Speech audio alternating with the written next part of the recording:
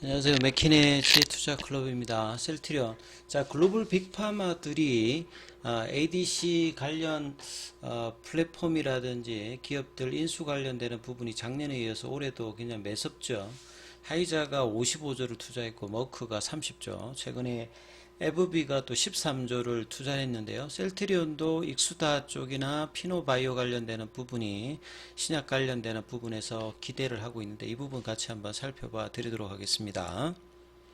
먼저 오늘 주가 흐름들 차트를 보면요. 분봉을 보시게 되면 오전장에 16만 1,700원 저점에서 장중 16만 3,500원. 자, 오장에도 한시 넘어서 아침에 고점들 부근까지 갔다가 이제 돌파는 못하고 16만 2,600원. 예, 전일하고 이제 똑같은 가격에 끝났고요. 시간에서 이제 한 300원 정도 빠져서 16만 2,300원대. 요 흐름이었고요. 수급상으로는 오늘 뭐 나쁘지 않았습니다.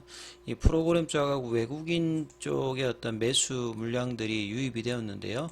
자, 개인들하고 이제 기관들은 이제 매도를 하는 어떤 흐름들을 보였고요. 자, 이런 부분들의 어떤 이제 창구별로 셀트리온도 좀 살펴보면, 요 공매도 금지 기간 동안의 흐름에서 이 국내 쪽에서는 이제 NH투자증권이 매수 가장 좀 많이 좀 나오는 어떤 부분들, 신한, 공매도 관련된 어떤 창구로 되는 어떤 부분의 쇼커버링의 어떤 물량들이 있고요. 그 다음에 이제 UBS 쪽이 이제 반대편에서 매도하는 쪽으로 있고, 국내 기관 쪽에서는 매도를 하는 흐름들을 좀 보여주고 있는 어떤 흐름이라고 봐야 되겠죠. 자, 이런 차원에서 오늘 이제 자사주 매입 관련되는 부분들은 어제와 마찬가지로 오늘도 굉장히 좀 절제되는 어떤 모습을 보였죠. 그래서 남은 물량 거의 지금 한 15% 정도 남아 있는 상태에서 지금 이제 체결 관련되는 부분들을 상당히 좀 전략적으로 이제 지난주부터 그래서 16만 5천 원대 공방전이 벌어지고 있는데 여기에서 이제 저점 사수 뭐 이런 거보다 계속 이제 주가 흐름들을 보면서 이제 자사주 매입을 하는 나머지 물량들에 관련되는 부분에서 이 부분들은 이제 시간이 지나면 좀 알겠죠. 자, 이런 어떤 흐름들로 좀 진행을 하고 있다 이렇게 보시면 될 것 같습니다. ADC 관련되는 부분을 좀 살펴드리려고 조금 이제 기사 관련되는 부분을 좀 한번 살펴봤는데요. 올해 들어서 가장 좀 사실 뉴욕 증시에서 핫했던 부분들이 작년에도 ADC였고 올해도 ADC인데 우리 국내에서는 이제 이 관련되는 직접적인 종목은 가장 수혜를 받는 게 이제 레고캠 바이오죠. 레고캠 바이오 같은 경우가 이 코로나 때 이제 한참 떴을 때 한 7만 원대 정도까지 갔다가 반토막 정도 나고 난 다음에 올해 작년 저점 대비해 가지고는 거의 뭐 지금 한 5만 원대 부근이니까 60%뭐 이상 이렇게 꾸준하게 지금 올라오고 있고요. 최근에 이제 ADC 관련되는 관심과 이 레고캠 바이오는 이제 임상을 이제 자체적으로 이제 최근에 이제 뭐 진행하려고 하고 대부분 이제 물질 수출을 하다 보니까 요 물질 수출되어 있는 부분에 어떤 이제 이런 이제 개발 가능성 관련되는 부분으로 좀 꾸준히 좀 올라가는 어떤 흐름이고요. 자, 미국 쪽에서는 하이자가 이렇게 주가는 빠지고 있습니다만 신규 이제 파이프라인 확장을 위해서 가장 핫한 시젠 관련되는 부분이 있으면 시젠도 이제 연초 대비해서는 거의 뭐 2배 가까이 이렇게 급등을 했고요. 올해 가장 이제 빅파마 중에서 핫했던 일라이릴리 관련되는 부분 여기는 뭐 꾸준하게 지금 연말까지 비만 당뇨 관련된 어떤 수혜로 계속 올라가고 있고 일라이릴리 같은 경우에도 이 항암제 라인을 늘리기 위해서 이뮤노믹 관련되는 부분을 또 여기 인수를 하면서요. 연초 대비해서 거의 한 10배 정도 올랐습니다. 가장 좀 핫하게 단기간 좀 올라왔던 것은 이렇고 시가총액을 뭐 따지면 거의 한 10조 정도 이뮤노믹 관련되는 여기 이뮤노믹 관련되는 어떤 부분에 해당되는 인사가 이 셀트리온의 그 엑수다 관련되는 부분에 C레벨 쪽에 좀 들어가 있거든요. 그래서 이런 부분들, 이런 부분들도 이제 장기적으로는 또 이제 개발 관련된 어떤 기대감으로 또 나올 수도 있는 어떤 부분이죠.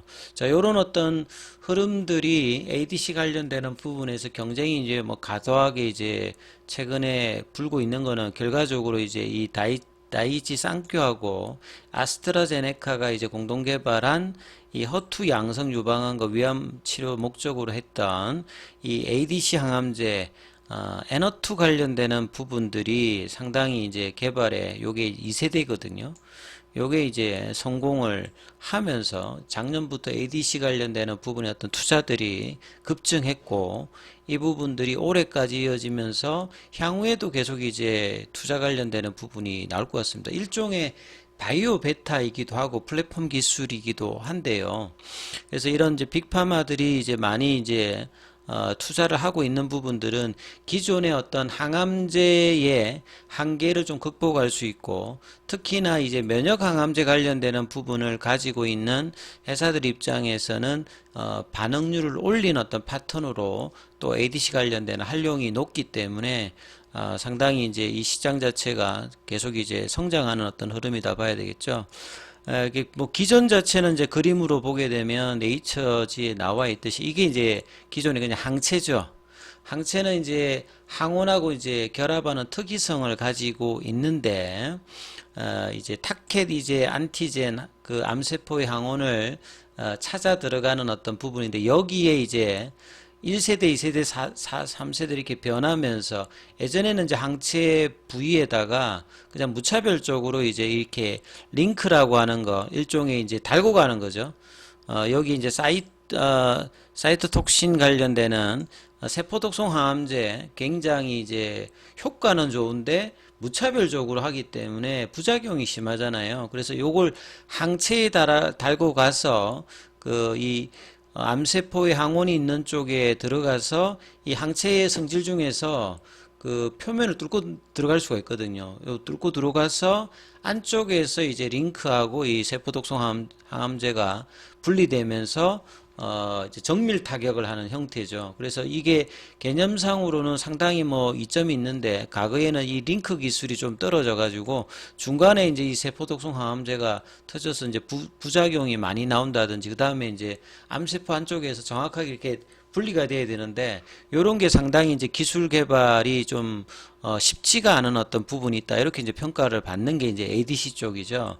그래서 제일 처음에 나왔을 때 캐사일라 관련되는 부분이 나왔을 때 그 이후에 그렇게 많이 이제 발전을 하지 않다가 이 N2의 어떤 이제 성공으로 이제 최근에 가장 핫하게 이제 있는 부분이 ADC 쪽이다 이렇게 봐야 되겠습니다. 그리고 오리지널 제약사들이 이제 특허 만료들 관련되는 부분이 나오기 때문에 여러 어떤 제형의 어떤 개발에서도 ADC가 이점을 준다 이렇게 봐야 되겠죠. 그래서 이제 지분 확보라든지 아이건만 인수라든지 이제 개발 쪽에 이제 투자라든지 이렇게 다각적으로 일어나고 있다. 그래서 하이자가 CGN을 55조에 했고요. 그리고 이 ADC 쪽이 1세대, 2세대, 3세대 그래서 최근에 3세대 ADC 기술을 가지고 상당히 좀 이제 정확도가 높아져 있는 상태고 이벨리웨이터 파마로 보면 이제 2026년도에 32조 뭐 크게 보면 이제 2028년도까지 보게 되면 2022년도 뭐 대비해 가지고는 거의 지금 몇 배 이상으로 올라가는 어떤 시장이다 이렇게 볼 수 있는 부분이거든요. 그래서 이제 기사들을 보시면 5월 달에도 올해 들어서 가장 큰 규모가 3월 달에 이제 하이자가 이제 시젠 인수한 그 자체가 규모가 큽니다만 이번에 또 에브비의 그 이미노믹 관련되는 부분에 인수 관련되는 부분이 가장 컸고요. 2020년도 이제 길리어드가 이뮤노메딕스 관련되는 부분을 23조 인수했고 얀센이 이제 작년도에 또 ADC 신약 공동개발 일라이릴리 같은 경우에도 이뮤노젠의 어떤 감토테신 ADC 플랫폼 기술 개발에서 신약 개발하기로 했는데 결국은 일라이릴리가 그냥 인수를 이민노젠 관련되는 부분을 했다 이렇게 봐야 되겠죠. 셀트리온 같은 경우는 이제 2019년도부터 이제 캐나다 쪽에 아이프로젠과 뭐 공동 개발 그리고 이제 익스다 쪽에 이제 530억 관련되는 어떤 지분 투자 관련되는 부분에다가 추가로 피노바이오 관련되는 플랫폼 기술 확보까지 계속 이제 확장을 여기도 하고 있죠. 그래서 익수다 같은 경우에는 본래 이제 이 글라이세라라는 이름으로 돼 있다가 이분이 이제 들어왔는데 서정진 회장도 이 심슨 대표 관련되는 이력에 굉장히 뭐 주목을 했다라고 봐야 됩니다. 그래서 이분이 이제 들어오면서 2016년도에 로버트 러츠 CSO도 이제 들어왔는데 이분이 캐사일라 관련되는 이미노젠 그래서 일라이릴리가 듣보잡 회사를 인수한 게 아니라 이 ADC 관련되는 부분에서 가장 이제 기술력이 뛰어난 뭐 회사인 이미노믹을 인수를 했고 여기에 연구 주도한 인물 자체가 있는 게 이 로버트 러츠거든요. 그래서 로버트 러츠와 데이비드 심슨 관련되는 부분들은 FDA 이제 허가 관련되는 부분 가정을 했고 자금은 좀 필요한 상황이었습니다만 이 플랫폼 자체 기술도 있는 상태에서 국내 이제 레고캠 바이오에 파이프라인을 뭐 도입하는 상태였습니다만 레고캠 바이오는 임상 진행 관련되는 부분들이 좀 약하고 익수다 같은 경우는 이제 물질 관련되는 부분, 개발 관련되는 부분이 조금 더 필요한 상태에서 서로 윈윈하는 구조에서 이런 부분이 되었고요. 여기에 이제 셀트리온이 매의 눈으로 나름 이제 투자를 했다 이렇게 보실 수가 있고요. 서정진 회장도 이제 이 부분에 대해서 레고캠 바이오에다가 직접 투자하지 않고 이 익수다에다 투자했던 부분들은 경영진의 개발 승인 경험을 크게 본다는 거죠.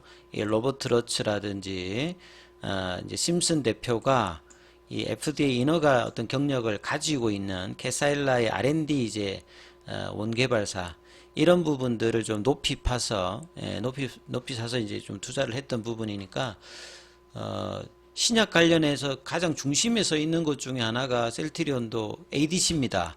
그래서 진펜트라 관련되는 부분에 이제 부분도 있습니다만 이제 내년도에 좀 더 이제 구체화되는 부분들에 대해서 이 기대감들이 어떻게 좀 펼쳐질지도 주가에도 상당히 영향을 내년도에 줄 수 있는 어떤 부분이다 이렇게 봐야 되겠죠. 오늘 셀트리온의 공매도 관련되는 부분들은 298주고요. 공매도 잔고 관련되는 부분들은 12월 1일 기준으로 210만 주대 그 다음에 대차 잔고 관련되는 부분들은 상한보다 오늘은 좀 체결이 좀 많이 나왔다 보여집니다. 그래서 주가 측면에서는 지금 이제 셀트리온의 어떤 주가는 16만 5천 원대에서 옆으로 일주일간 지금 돌파도 못하고 내려가지도 못하고 이제 행보를 지금 보여주고 있는데요. 그래서 뭐 나쁘지 않은 어떤 구간에 일단 있는데 올리는 흐름들이 나와야 되겠습니다. 그래서 프로그램 관련되는 부분과 외국계 수급들 그래서 기관들의 어떤 수급들이 좀 어떻게 좀 들어오느냐가 일단 중요한데요. 연기금 같은 경우에는 그동안 어떤 매도세에서 최근에 어떤 매수 강도가 조금 이제 나오고 있는데 오늘은 살짝 다시 또 매도를 그러니까 연기금이 좀 어떻게 하느냐에 따라서 뭐 금융투자 보험 이런 것들도 이제 살피면서 이제 수급이 좀 움직이기 때문에 연기금이 이제 추가적으로 매도가 강하지 않고 매수세로 전환된다라고 하면 10월 달에 이 합병 관련되는 부분들 그 출범을 앞두고 주가가 이제 추가 하락보다는 여기서 다시 자리를 잡고 17만원, 18만원대 위로 올라가는 어떤 흐름들의 가능성이 좀 더 높아 보이죠. 그래서 18만원대를 넘어가게 되면 장기적으로 이제 이 20만원대 구간이 이제 넘어가는 조금만 더 주가가 올라가면 이제 장기 추세선이 이제 바뀌는 어떤 구간에 들어가거든요. 이 부분 살피시면서 여러분 판단해 보시기 바라겠습니다. 여기까지 하겠습니다.